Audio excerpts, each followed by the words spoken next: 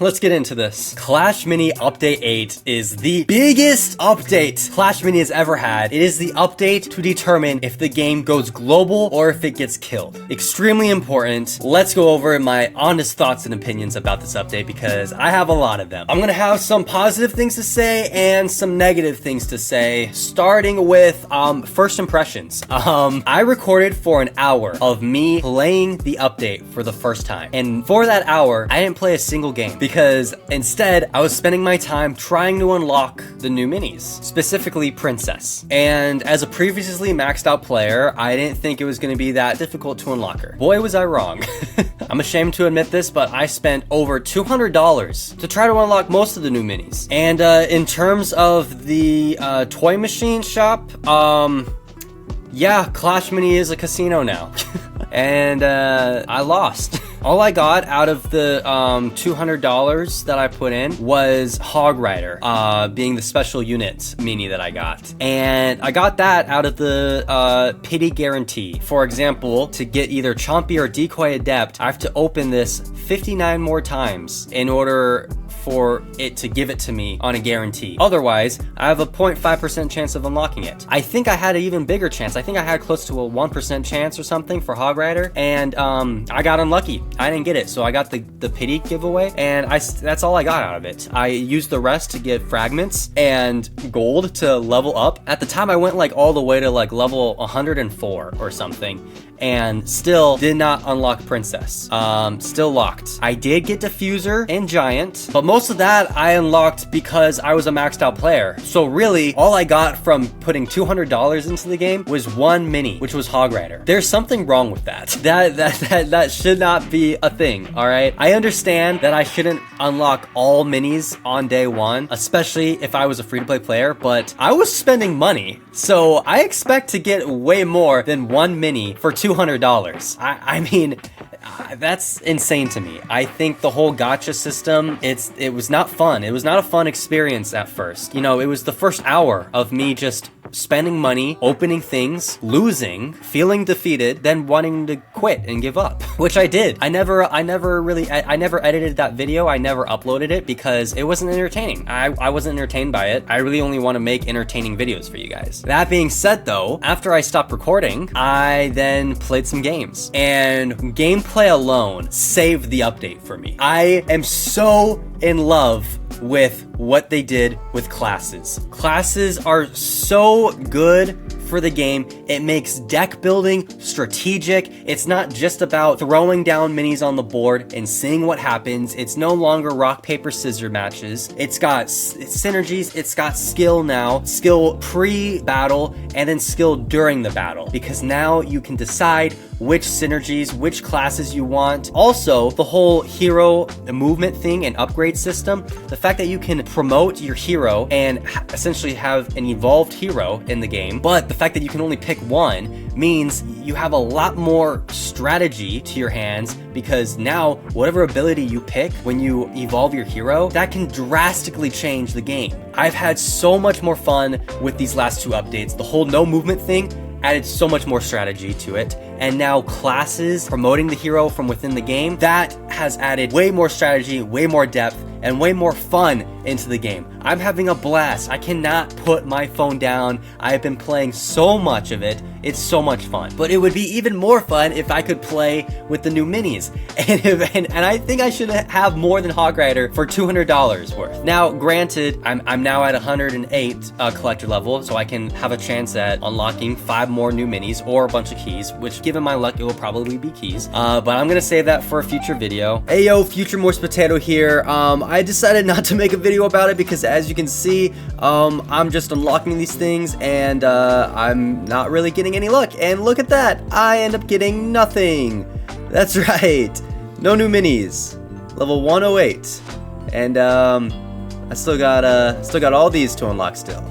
Yeah, but yeah, playing the game itself, so much more fun. And that's just for duels. Rumbles, way better. I have a reason to play Rumbles now. The fact that you can gain trophies from Rumbles, I love it. I love it. I thought I wasn't gonna like it as much, but I've been having a blast playing Rumbles. Having Rumbles down to 4 players instead of 6 or 8, I like that a lot better as well. I do wish that there was an option for like an 8-player draft or Rumble type thing. I do like an option for longer games, whether that's just reserved for events now. I'm totally fine with. I hope we see some of that in events in the future. But yeah, again, I gotta say, Toy Machine, I mean, a lot of creators are saying it now. It's not pay to win, it's pay to progress. If you want to unlock more minis and progress through the game in that way, you have to pay for it, and you have to pay a lot, it looks like, unless you're just insanely lucky. I don't know. It's giving me early Clash Royale vibes, which, you know, that's something I wasn't really happy with. But if I spent $200 in Clash Royale, I feel like I would have gotten the characters I wanted to get. I don't know. Maybe I'm wrong, but I think it should be, if you're a free-to-play player and if you don't want to worry about the luck, you can pay for it. I think that's really how luck should be. It's like, oh, I got lucky, I got it without having to pay for it. Or if you don't want to worry about luck and you just want to speed through it and unlock it like I wanted to do, you should be able to buy it outright. And I don't consider that pay to win, because there's no levels anymore. If I was able to pay to upgrade my hero to level 15, facing off against a bunch of level 4s or level 5s, you know, that's, you know, pay to win. But I'm not. I'm upgrading to get a character. Let's say I pay to unlock the battle machine or the princess, which, you know, are very strong new units. It's not going to be strong forever. There will be balance updates, and then they won't be that strong. That's different from when, if they were to have levels and I just upgraded them a crap ton, even they get balanced, a level 15 balanced battle machine versus a level 9 balanced countess, you know, like, I'm out leveled, so it's not fair. The fact that they got rid of levels is so good, so smart. It is not a pay to win game. It 100% is now free to play, just pay to progress,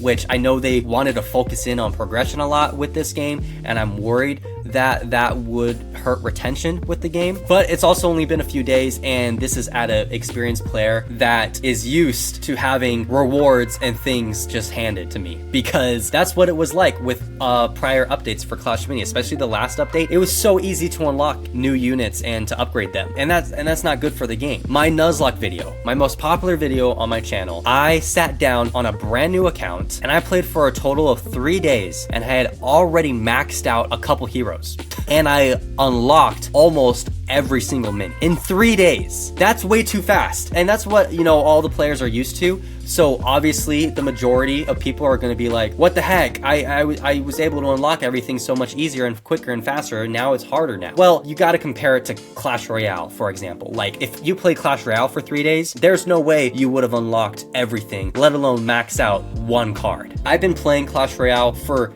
years, like over 6 years. I have a couple cards maxed out now, but I still don't even have a maxed out deck, let alone completely maxed out cards or have everything unlocked. It's a much better way to progress. I understand what they were doing with this. So now sitting on it, playing it for a few days, I have retracted my statement of being really frustrated at first with the update. I do think there's still flaws with the whole toy machine and progression with that, but I have to remember the game was too easy to progress before. It needed to be harder. I think it's a little too hard. I think when the game goes global, they just need to find that nice little middle ground, and then everyone will be happy. The new gallery tab, I love it. I love the piggy bank. I think it's a fantastic idea. The fact that you're able to get keys, especially golden keys, out of it, I really like. I do think, however, it should give epic keys at like a 1% chance or something like that, because that really is the only way to get battle machine. It's the only way. If the epic keys were just for prestigious skins like the reanimated Skeleton King skin, I'm totally fine with that, because cosmetics should be behind a paywall. Playing with new minis, which is new content that I don't want stuck behind a paywall. Battle machine,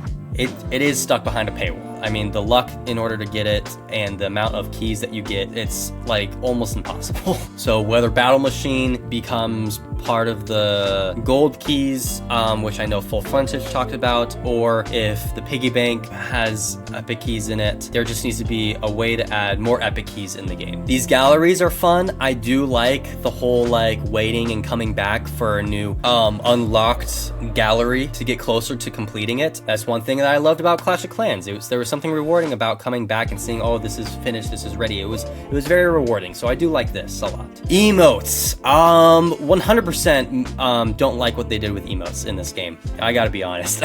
It's fun having emotes automatically pop in. I think that's a cool touch. I think it's fine if they added that. I just don't think they should have ripped emotes away from the emote tab that was in game. Like, I want to be able to live react other than the fixed text-based options. I mean, the emotes, first of all, there's so many emotes. People say a picture is worth 1,000 words, and that's true. Pictures show much more emotion than just, oops, good game, not over yet, stuff like that. When we had emotes, I felt that the game was a lot more expressive and a lot more fun in battle, to be able to express yourself, to be able to kind of talk a little bit also after the game. Once the game is over, it immediately cuts off and you can't communicate with that player anymore. Whether you're a toxic player and you just want to, BM them, I think there's something fun about that. Or if it was just a really good game and you kind of have a little bit of an emote back and forth talking after the game is over with. I had a lot of those experiences and now I don't. I miss that. So I think emotes should be back how they were in the game, not just because it was cool, but it was more expressive and it was a lot more fun. It felt like I was facing off against real people more and not just bots. Like, it's more fun when you're facing off against someone who they're a real person because they're giving you what their emotions are in real time. Full Frontage talked about this in his video, that the rewards in the events, he said that they're not good enough rewards. The rewards are small, but the bigger problem I had with it was after 5 games, there was no reason to play events except for playing for fun. But then you're just going on a leaderboard that doesn't really give you anything. At that point, it's just casual play, and you're not really getting anything out of it. Yeah, you're getting quests out of it, but that's pretty much it. I mean, one thing that got me back into Rumble was the fact that you can gain trophies from it. I think events, I'm not saying gain trophies from it, but should be longer. I don't think it should be as long as it was in the past. It was too long. It should be completable, like what you're seeing in here, but I don't think it should be 5 games worth. I think it should be 15 or 20 games. These are just my thoughts and suggestions. The UI, I have to talk about the UI. I mean, it might not be super important for a global launch, but I think it's important. I love the UI. I was really worried when Clash Mini had their whole Gizmo update, because they really changed the UI from a more Clash of Clans, Clash Royale universe vibe into what they called a more toy-like vibe. It felt stale, it felt boring, it looked bad. I didn't like it. It looked like we went from beta to alpha, not beta to global. This looks like we went to global. It looks fun. This is a much better representation of toy-like figurines. Even just this screen right here, it looks fun with the boxes and everything like that. These sets and collectibles with the dioramas and everything. It's way more fun. I love the looks of the toy machine. Say what you want about it, but I mean, this right here, like, this is so fun. I love this. It's great.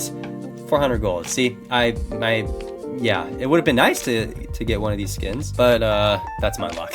Some nitpicking things. The mini pass. I don't like that when I can't just see. I'm trying to fast pace, unlocking all the quests, but it does this kind of dumb little animation where I have to click it and then I have to wait for it to show me the rewards and quests are in like 2 different places. It's a little confusing, a little clunky, definitely can be worked on. Also, in the middle of a match, when the screen goes dark and then it comes back out again, I don't like that for a lot of reasons. Quality wise, it feels kind of clunky. It's a little bit jarring. I have yet to experience this game as a free-to-play player. I know I won't be the first Clash Mini YouTuber to do this, but I'm also going to be starting a free-to-play series. I'm excited to experience this game as a new player and as a free-to-play player, because I think that really is what this update was for. A lot of people who are talking about this game, whether it's in a positive light or negative light, the majority are probably not new players, and I have a feeling new players, they're gonna love this update. And I mean, just the fact of